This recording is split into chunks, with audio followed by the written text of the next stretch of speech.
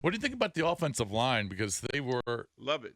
that was one of the units that we kind of questioned based on last year. But they added a couple guys. They obviously drafted Coleman, and so we didn't really know much about the chemistry of these new guys. But man, the last couple weeks they've been really good.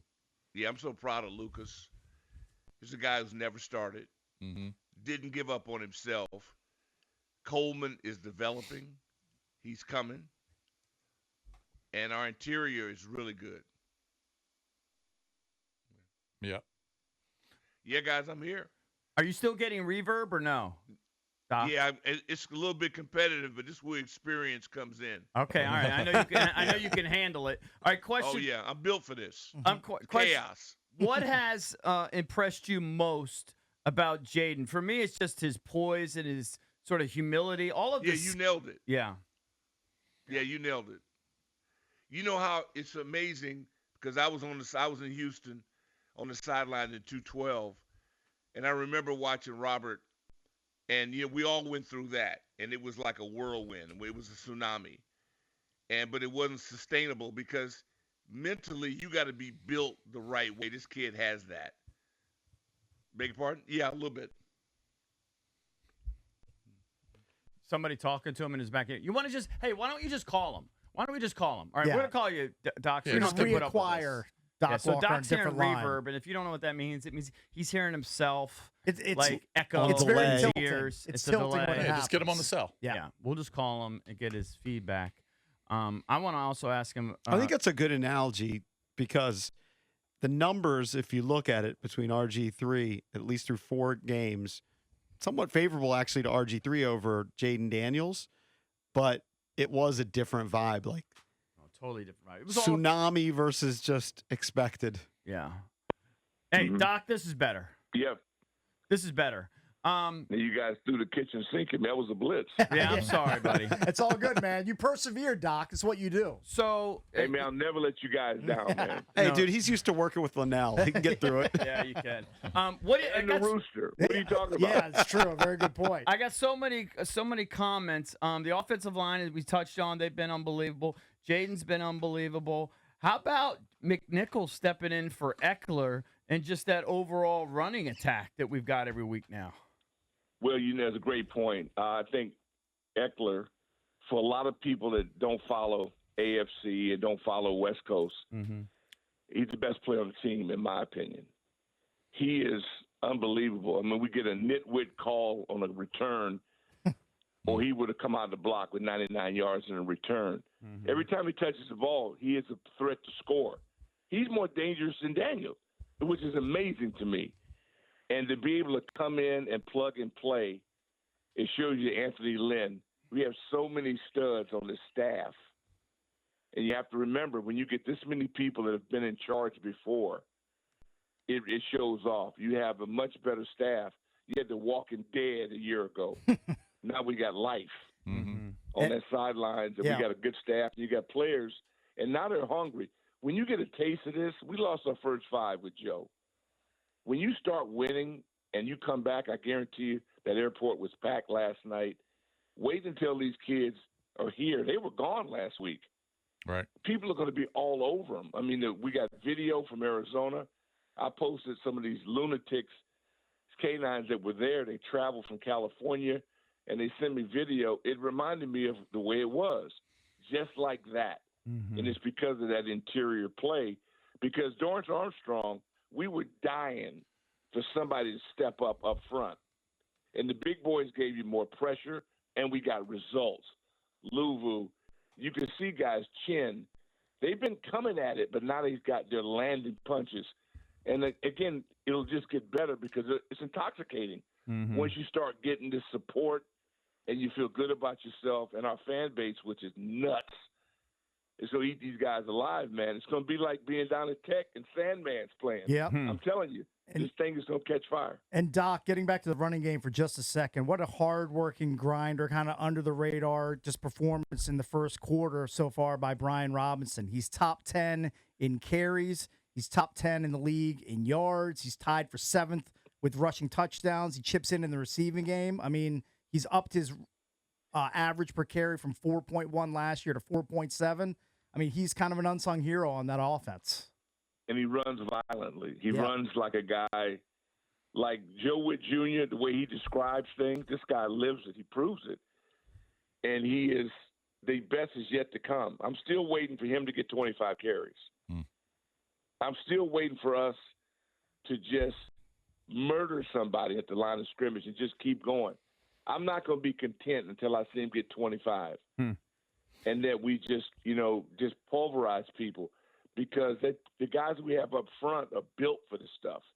And the tight ends, and you guys mentioned it earlier, and God bless you for doing that, our receivers block. There's a reason they got rid of people here.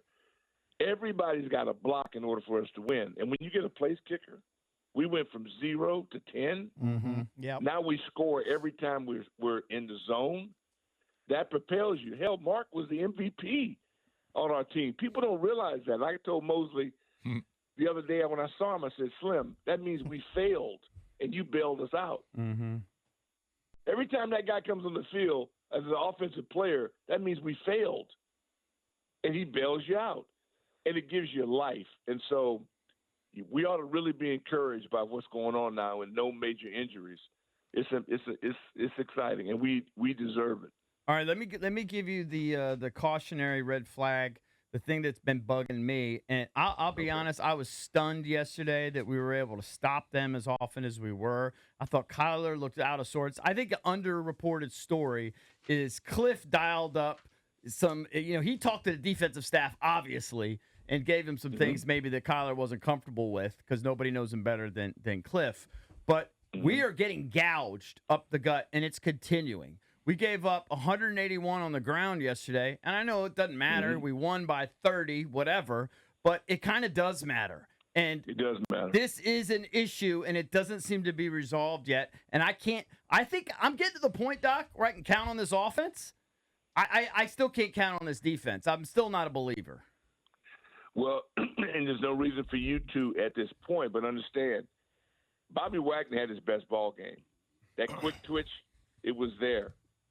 And our D-line, that they didn't show maybe the results, but they got pressure. They were active, and the ends had been dormant, and you got some results. Trust me on this.